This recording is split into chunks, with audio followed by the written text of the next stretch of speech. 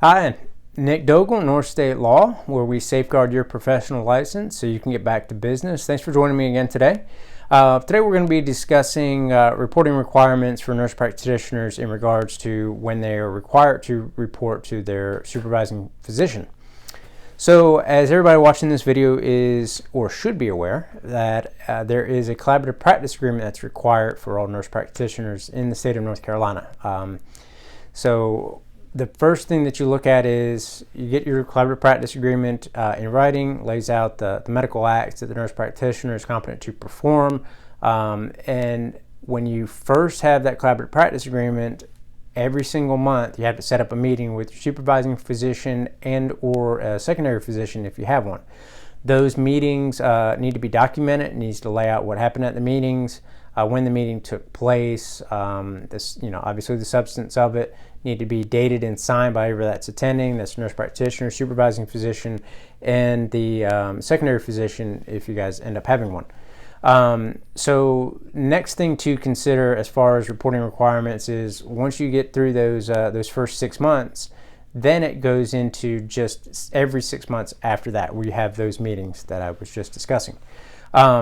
So you also need to make sure that a supervising or secondary physician is always available when you're speaking with the patient. It might be something where, hey, these medical acts that I'm going to be talking with this client about, that's in the collaborative practice agreement. I know this like the back of my hand, no problem.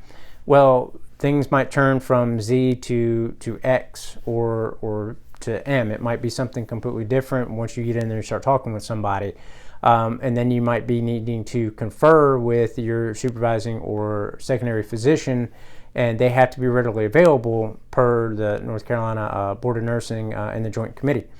So make sure that they're available either, nowadays doing Zoom calls or something a little bit more secure. That might be an option. A telephone might be an option. Telephone conference might be an option. But there's so many different methods of having another individual available at the drop of a hat. There's really not an excuse to not have somebody readily available when you need them.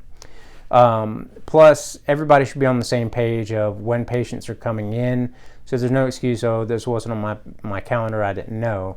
Make sure that the supervising and or secondary physician is always available, knows when patients are coming in, so they don't try to have that excuse, because it's really not one that anybody's going to buy. So those are really the main things in regards to when a supervising or secondary physician needs to be available for some sort of conferring or reporting from the nurse practitioner.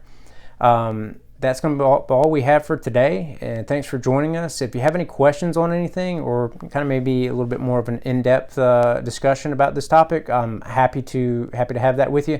It's 919-521-8810 is our telephone number, and we can also get text messages on that as well. Nick at North State Law Firm is my direct email, and you can also reach us at www.northstatelawfirm.com. We're also on social media, Facebook, Twitter, and Instagram as well. Everybody have a fantastic day. Look forward to our next video. Thank you. Bye-bye.